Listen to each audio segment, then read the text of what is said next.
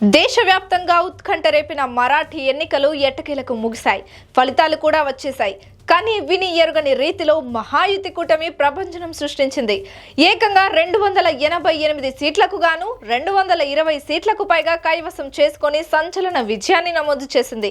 దీంతో next Maharashtra CM ఎవరు? కూటమిలో సీఎం చైర్ అధిష్ఠించే సత్తా ఎవరికుంది? సీటు చుట్టూ రాజకీయాలు ఎలా ఉండబోతున్నాయి? Let's watch. మహారాష్ట్ర ఎన్నికల్లో మహాయుతి కూటమి సంచలన విజయాన్ని నమోదు చేసింది. 288 అసెంబ్లీ సీట్లకు గాను ఏకంగా 220కి పైగా సీట్లు సాధించి మరాఠీ గడ్డపై రికార్డు క్రియేట్ చేసింది. ఫలితాల ముందే మహాయుతి కూటమి విజయాన్ని ఎగ్జిట్ పోల్స్ అంచనా వేసినప్పటికీ ఈ స్థాయి విజయాన్ని సర్వేలు సైతం ఊహించకపోవడం గమనించాల్సిన విషయం. గత 5 ఏళ్లలో రాజకీయ సంక్షోభం పీక్స్ లో ఉన్న మరాఠీ గడ్డపై బీజేపీ కూటమికి ఈ స్థాయి విజయం దక్కడం నిజంగా ఆశ్చర్యం కలిగించే విషయమే. అయితే ఇంతటి సంచలన విజయానికి కారణాలు చాలానే ఉన్నాయి. ఎన్నికల ముందు మోడీ, అమిత్ షా వంటి అగ్రనేతలతో పాటు AP deputy CM Pawan Kalyan చేసిన ప్రచారాలు గట్టిగానే ఇంపాక్ట్ చూపించాయి.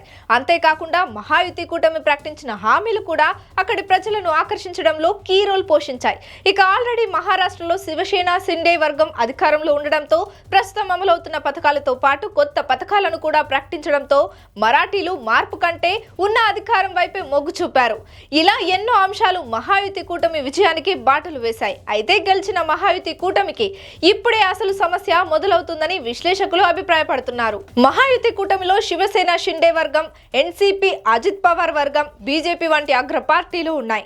ఈ పార్టీలలో రాజకీయ ఉద్దండులకు కొదవలేదు. దీంతో సీఎం ఎవరు కానున్నారు, ఎవరిని ఆ పదవి వరించనుంది అనేది సర్వత్రా ఆసక్తి రేపుతోంది. అయితే తాజా ఎన్నికల్లో మహాయుతి కూటమిలోని బీజేపీ ఏకంగా 120కి పైగా స్థానాల్లో విజయం సాధించింది. శివసేన షిండే వర్గం 50కి పైగా సీట్లు, ఎన్సీపీ అజిత్ పవార్ వర్గం 35కు పైగా స్థానాల్లో విజయ కేతనం ఎగురవేశాయి.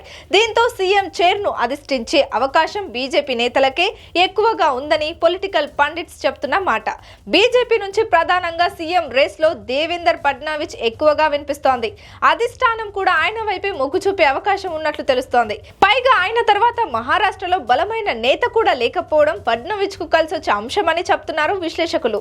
అయితే గత పర్యవసనాల దృష్ట్యా శివసేన పార్టీ నుంచి ఏక్నాథ్ షిండే మొన్నటి వరకు ముఖ్యమంత్రిగా కొనసాగుతూ వచ్చారు. దీంతో ఈసారి కూడా అదే రిపీట్ అవుతుందా, షిండేనే సీఎం సీటు వరిస్తుందా అనే అభిప్రాయాలు కూడా వ్యక్తమవుతున్నాయి. ఇటు ఎన్సీపీ అజిత్ పవార్ వర్గం నుంచి అజిత్ పవార్ కూడా సీఎం చైర్పై ఉన్న ఆశను ఎన్నో సందర్భాల్లో బయటపెట్టారు కూడా. ఎన్సీపీ నుంచి అజిత్ పవార్ బయటకు రావడానికి కారణం కూడా సీఎం పదవి అనేది మరాఠీ పాలిటిక్స్ లో ఎప్పటి నుంచో వినిపిస్తున్న మాట.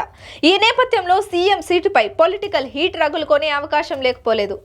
అయితే బీజేపీకి స్పష్టమైన ఆధిక్యం ఉండడంతో దేవేందర్ ఫడ్నవీస్ కు సీఎం పదవి దక్కే అవకాశాలు పుష్కలంగా ఉన్నట్లు రాజకీయ విశ్లేషకులు చెప్తున్నారు. మరి మరాఠీ గడ్డపై సీఎం సీటు ఎవరిని వరిస్తుందో చూడాలి.